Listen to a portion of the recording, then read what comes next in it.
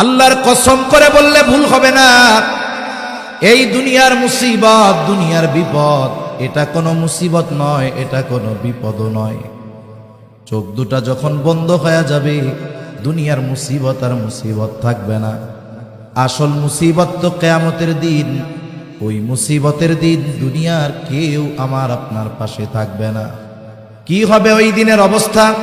আল্লাহ তাআলা কোরআনুল কারীমের মধ্যে একটা চিত্র তুলে ধরে বলেন, ইয়াউমা ইয়াফিরুল মারউ মিন আখিহি ওয়া উম্মিহি ওয়া আবিহি ওয়া সাহিবাতিহি ওয়া বানিহি লিকুল্লি ইমরিইম মিনহুম ইয়াউমাইযিন শা'নুন ইউগনি।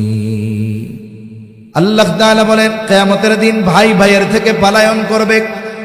ওয়া উম্মিহি ওয়া আবিহি, পিতামাতার থেকে পলায়ন করবে। ওয়া সাহিবাতিহি ওয়া বানিহি, স্ত্রী সন্তানদের থেকে পলায়ন করবে। অথচ এই দুনিয়ায় একটা মানুষ মা বাবার চেহারা দেখলে অন্তর শীতল হয়ে যায়, সন্তানের বাবা ডাক শুনলে হৃদয়টা শীতল হয়ে যায়, স্ত্রী সন্তানের চেহারা দেখলে চক্ষু দুইটা শীতলতা লাভ করে। কিন্তু কিয়ামতের দিন কেউ কারো সাথে দেখা হোক এটা কামনা করবে না। প্রত্যেকটা মানুষ নিজের চিন্তায় বিভোর থাকবে, সকলেই চিন্তিত থাকবে। আমার আপনার নবীজিও সেই দিন চিন্তিত থাকবে। সবাই চিন্তিত থাকবে নিজের জন্য, আর নবীজি চিন্তিত থাকবেন তার উম্মতের নাজাতের জন্য।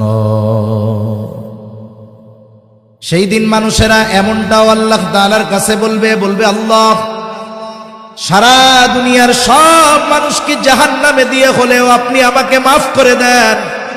সেই দিন সকলে নিজের নাজাতের চিন্তা করবে, নিজে বাঁচার চিন্তা করবে। আর ওই দিন নবী কি করবে? একবার নবীজি দৌড়ায় চলে যাবেন হাউজে কাউসারের কাছে। না জানি তার কোনো উম্মত পানি পানে মাহরুম হয়ে যায়। আবার দৌড়ায় চলে যাবেন পুলসিরাতের কাছে। না জানি কোনো উম্মত পুল পাড়ি দিতে ব্যর্থ হয়ে যায়। আবার দৌড়ায় চলে যাবেন জাহান্নামের কাছে। না জানি কোনো উম্মতকে জাহান্নামে দিয়ে দেওয়া হয়। আবার একবার চলে যাবেন মিজানের কাছে। না জানি কোনো উম্মত ওজনে ধরা পড়ে যায়। আবার যখন সুপারিশ করার দরকার, আল্লাহ তাআলার কাছে সে বারবার উম্মতের জন্য সুপারিশ করতে থাকবে।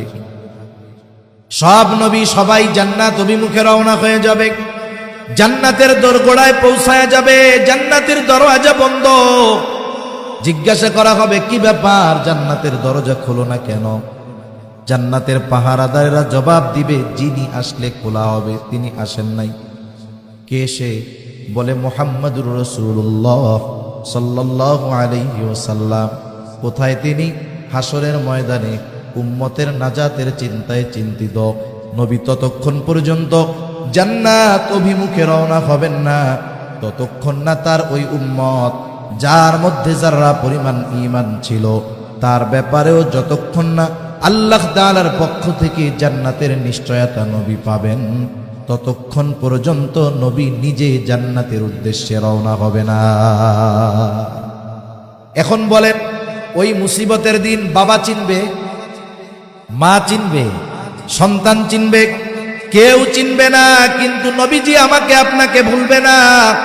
তাহলে বোঝা গেল নিঃসন্দেহে নবীজি আমাদেরকে সবচাইতে বেশি ভালোবাসে। এইরকম প্রত্যেকটা নবী তার উম্মতকে ভালোবাসে। উম্মত যদি পাপীও হয়, মুহাব্বতের কারণে এই ভালোবাসা থেকে যায়।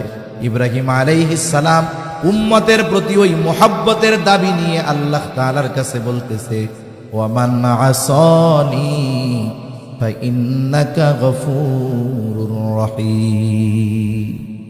ইব্রাহিম আলাইহিস সালাম বলে, আর যে আমার আনুগত্য করে নাই সেও তো আমার উম্মত। ইব্রাহিম আলাইহিস সালাম মূলত এই কথা বলতে চায়, আপনি তো গফুর, আপনি তো রহিম, আপনি তো অতিশয় দয়ালু, পরম দয়ালু, আপনি তো ক্ষমাশীল। আপনি যদি চান আমার এই গুনাহগার বান্দাগুলারে, উম্মতগুলাকেও মাফ করে দিতে পারেন। সুবহান। মূলত এই দোয়া করতেছে, কারণ একই কথা ব্যক্তি স্থান পরিবর্তনের কারণে বাক্যবিন্যাস, শব্দবিন্যাসের পরিবর্তন ঘটে কি ঘটে না?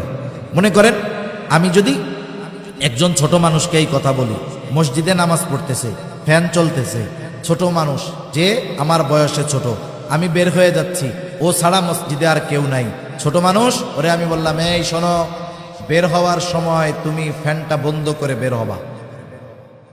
উদ্দেশ্য কি? বের হওয়ার সময় কি বন্ধ করে বের হবে? ফ্যান বন্ধ করে। এখন ওই জায়গায় যদি ছোট না হয়ে আমার চেয়ে বড় হয়, মুরব্বী হয়, তারে যদি আমি বলি যে বের হওয়ার সময় ফ্যান বন্ধ করে বের হবা, একই কথা, ছোটর বেলায় খাটবে, বড়র বেলায় কি এটা খাটবে? এটা বেয়াদবি হয়ে যাবে না? এখন মুরব্বীরে কেমনে বলবো? চাচা যদি হয়, চাচা বের হওয়ার সময় ফ্যানটা বন্ধ করে বের হইলে ভালো হয়। কথা বললাম এই, কিন্তু উদ্দেশ্য কি? যে ফ্যানটা বন্ধ করে দিয়েন। ইব্রাহিম আলাইহিস সালাতু ওয়াস সালাম সরাসরি বলতেছেন আল্লাহ মাফ করে দেন, কিন্তু যা বলতেছে তাতে কি বোঝা যায়? যে আল্লাহ আপনি তো গফুর, আপনি তো রহিম, যারা আমার আনুগত্য করে নাই তারা তো আমারও উম্মত, আমারই উম্মত, আল্লাহ আপনি মাফ করে দিয়েন। সুবহানাল্লাহ।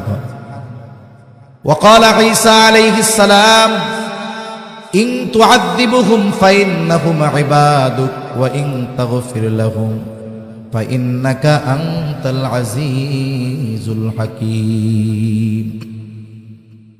ঈসা আলাইহিস সালাম আল্লাহ তাআলার কাছে উম্মতের জন্য দোয়া করছে। আল্লাহ তাআলা সেই দোয়ার খবর জানায় দেয়।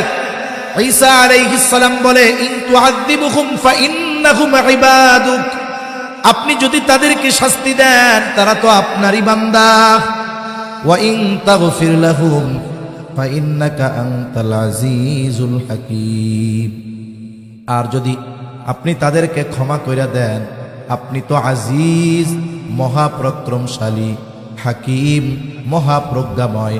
এখানেও কেমন যেন ঈসা আলাইহিস সালাম বলে, আল্লাহ রে, আপনি তো মহাপ্রজ্ঞাময়, আপনি তো মহাপরাক্রমশালী, আপনি চাইলেই তো আপনার এই গুনাহগার বান্দা আমার এই উম্মত গুলাকে আপনি মাফ কইরা দিতে পারে। দুই নবী তার গুনাহগার উম্মতের ব্যাপারে দোয়া করছে কার কাছে? আল্লাহ তাআলার কাছে দোয়া করছে। ছোট বাচ্চারা দেখবেন, ওরে নিয়ে আপনি যাইতেছেন, হাঁটতেছেন রাস্তায়, কিছুই বলতেছে না, হঠাৎ করে দেখবে যে ওর মতো ছোট একটা পোলা ললিপপ খাইতেছে।